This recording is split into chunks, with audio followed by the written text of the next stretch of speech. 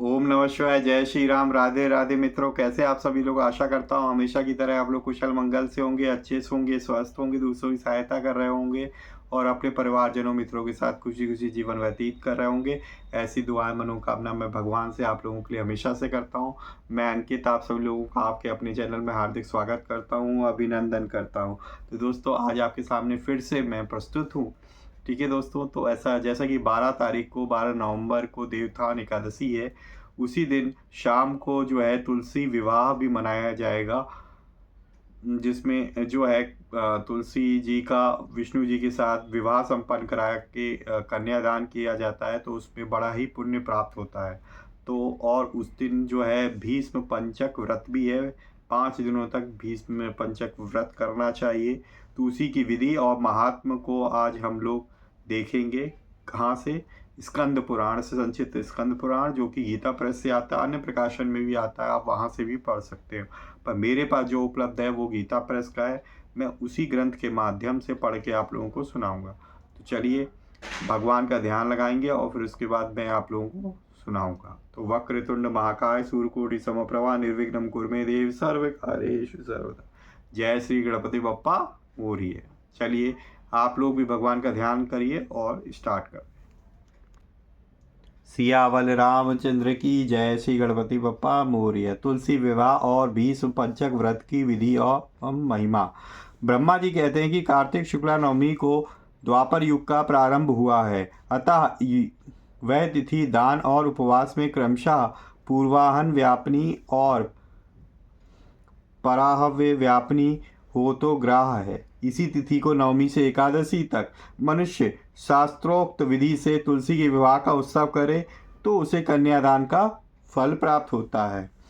पूर्व काल में कनक की पुत्री किशोरी ने एकादशी तिथि में संध्या के समय तुलसी की वैवाहिक विधि संपन्न की।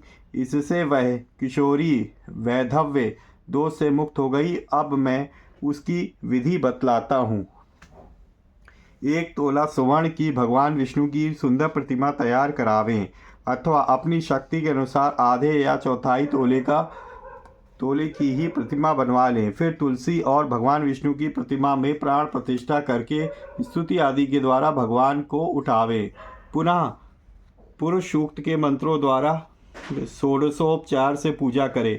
पहले देश काल का स्मरण करके गणेश पूजन करें, फिर पुण्याह वाचन कराकर नांदी श्राद्ध करें। तत्पश्चात वेद मंत्रों के उच्चारण और बाजे आदि के ध्वनि के साथ भगवान श्री विष्णु की प्रतिमा को तुलसी जी के निकट लाकर रखें। प्रतिमा को वस्त्रों से आच्छादित किए रहें। उस समय भगवान का इस प्रकार आवाहन करें।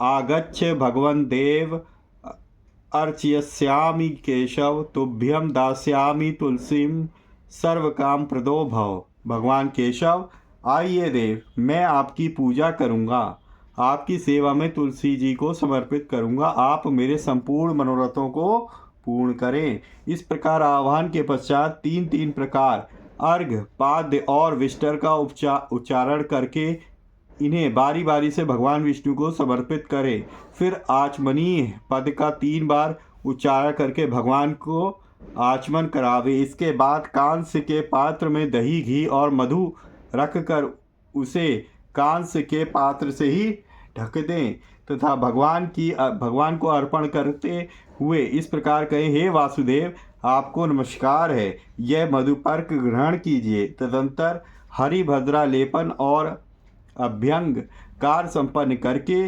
गोधूली की बेला में तुलसी और श्री विष्णु का पूजन पृथक पृथक करना चाहिए। दोनों को एक दूसरे के सम्मुख रखकर मंगल पाठ करें। जब भगवान सूर्य कुछ कुछ दिखाई देते हों तब कन्यादान का संकल्प करें। अपने गोत्र और प्रवर का उच्चारण करके आदि की 3 पीढ़ियों का भी आवर्तन करें। तत्पश्चात भगवान से इस प्रकार कहें, अनादि मध्य निधन त्रैलोक्य प्रतिपालक इमाम ग्रहण तुलसीम विवाह विधिनेश्वर पार्वती बीज संभूताम वृंदा भस्मनि संस्थिताम अनादि मध्य निधनाम वल्लभाम ते ददाम्यहम्। पयो घटेश्च सेवा भी कन्या वधर्वदिता मया त्वत्प्रियां तुलसीं तुभ्यं ददामि त्वयं ग्रहण भो। आदि मध्य और अंत से रहित त्रिभुवन प्रतिपालक परमेश्वर, इस तुलसी को आप विवाह की विधि से ग्रहण कीजिए। यह पार्वती जी के बीज से प्रकट हुई हैं, वृंदा की भस्म में स्थित रही हैं तथा आदि मध्य और अंत से शून्य हैं। आपको तुलसी बहुत प्रिय है, अतः इसे मैं आपकी सेवा में अर्पित करता हूँ। मैंने जल के घड़ों से सींच कर और अन्य प्रकार की सेवाएं करके अपनी पुत्री की भांति इसे पाला पोसा और बढ़ाया है। आपकी प्रिय तुलसी मैं आपको ही दे रहा हूँ। हे प्रभु, आप इसे ग्रहण करें। इस प्रकार तुलसी का दान करके फिर उन दोनों तुलसी और विष्णु जी की पूजा करें। विवाह का उत्सव मनाएं। सवेरा होने पर पुनः तुलसी और विष्णु जी का पूजन करें। अग्नि की स्थापना करके उसमें द्वादक्षरा मंत्र से खीर, घी, मधु और तिल मिश्रित हवनीय द्रव्य की 108 आहुति दें। फिर स्विष्टकृत होम करके पूर्णाहुति दें।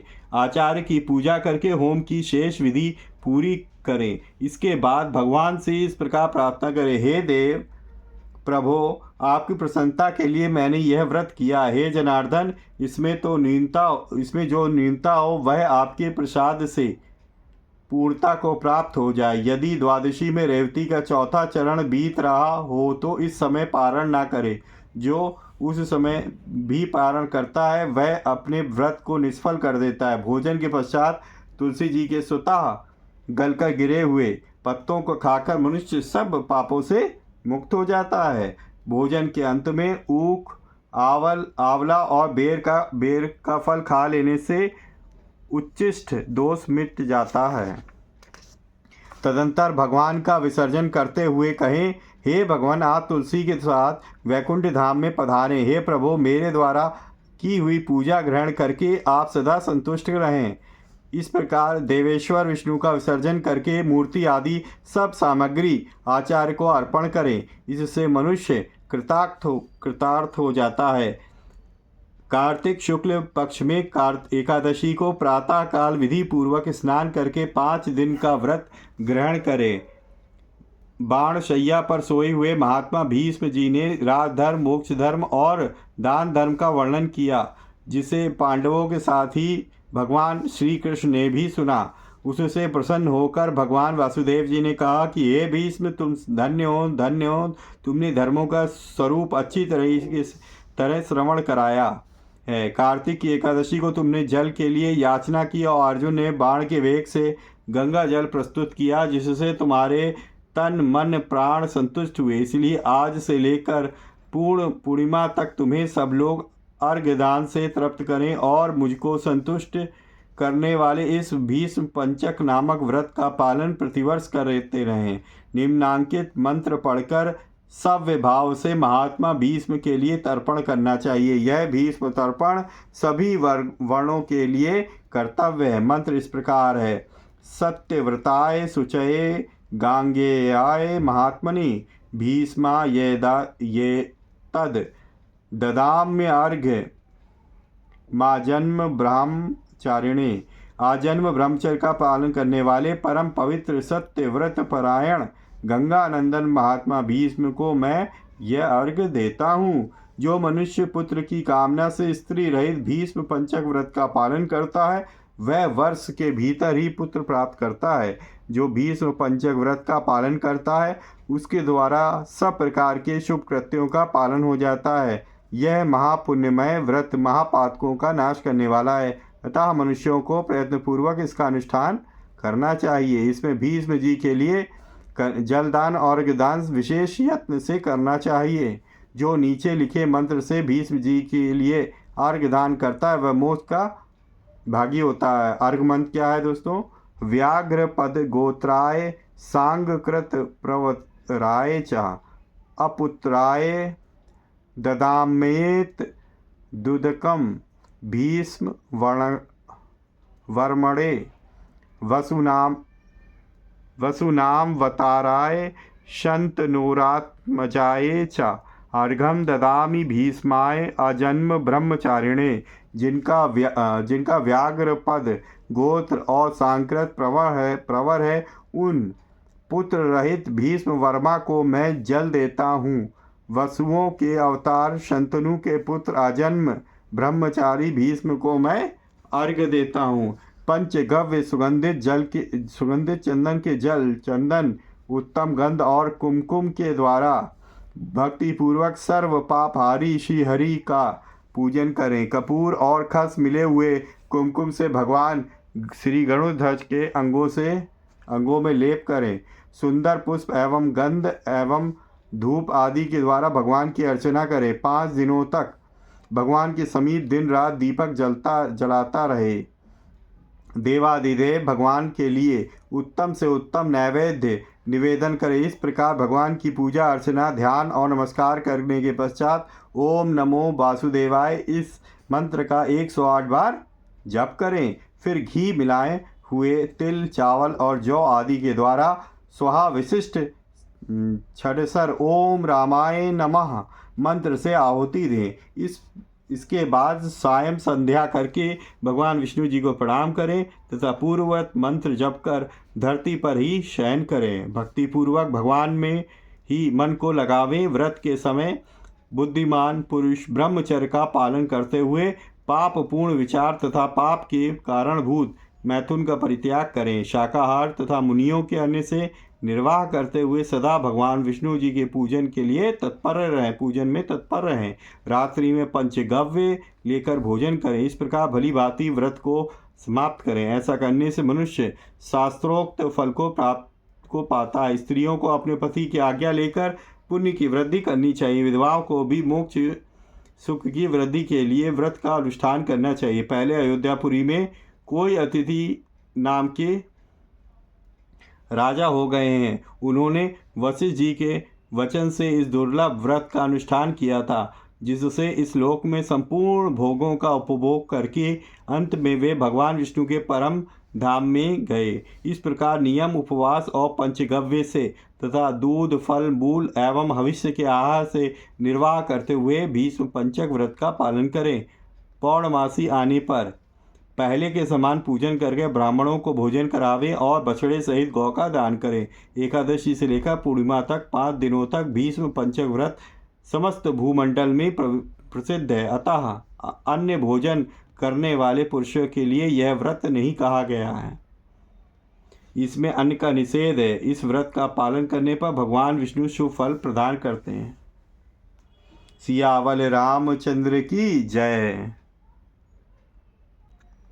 तो ये था दोस्तों तुलसी विवाह की विधि और उसका महात्म्य, साथ में भीष्म पंचक व्रत की विधि और उसका महत्व, जो मैंने आपको संक्षिप्त गरुड़ पुराण गीता प्रेस की पुस्तक के अकॉर्डिंग आपको सुना दिया। आशा करता हूँ आपको वीडियो अच्छी लगी होगी।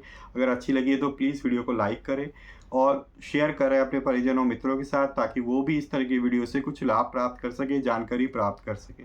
और दोस्तों, अगर आप पहली बार मेरे चैनल पर विजिट किया और आपको इस तरीके की स्टोरीज़ और कथाएं सुनना पसंद है तो प्लीज़ जो है चैनल को सब्सक्राइब करें और बेल आइकन को प्रेस करना ना भूलें, ताकि लेटेस्ट से लेटेस्ट वीडियो की इन्फॉर्मेशन आप तक पहुंच सके। तो अब नेक्स्ट वाली वीडियो में हम जानेंगे एकादशी, जो हमारी देवोत्थान एकादशी है, उसका महात्म्य क्या है। तो तुलसी विवाह एकादशी वाले दिन ही है, 12 तारीख को, जो कि हम शाम को संपन्न कराएंगे तुलसी माँ और विष्णु जी का विवाह कन्यादान करके। और साथ ही साथ एक और वीडियो मैं आपको बताऊंगा जिसमें एकादशी में भगवान की भगवान को अगर हमें जगाना है तो हम किस तरीके से विष्णु जी को जगाएंगे उसका, और जो एकादशी जो कार्तिक व्रत हम करते हैं उसका उद्यापन, और अंतिम तिथि जो है हमारे पास द्वादश, त्रयोदशी और चतुर्दशी, उनका क्या महत्व है। ठीक है दोस्तों, तो उसके बारे में भी हम लोग जानेंगे।